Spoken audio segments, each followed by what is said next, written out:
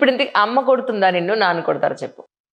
నేను కొడతానారా అక్క? ఈ ఒక్క మాటతోటి నేను లేచి సన్యాసం తీసుకోవచ్చు.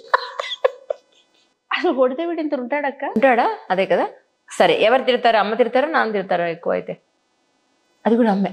చూసారా, ఎవరు మనం దగ్గరగా ఉంటాం కదా వాళ్ళకే అన్ని.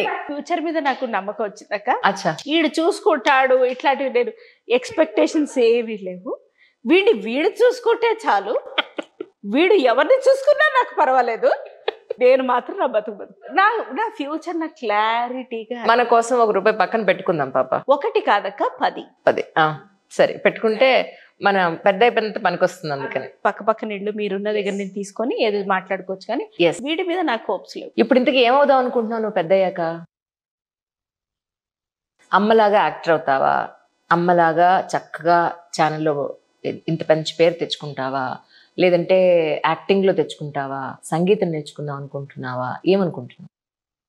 అమ్మలా మాట్లాడు, పర్వాలేదు. తెలీదు, గుర్తులేదు, మర్చిపోయా. మేము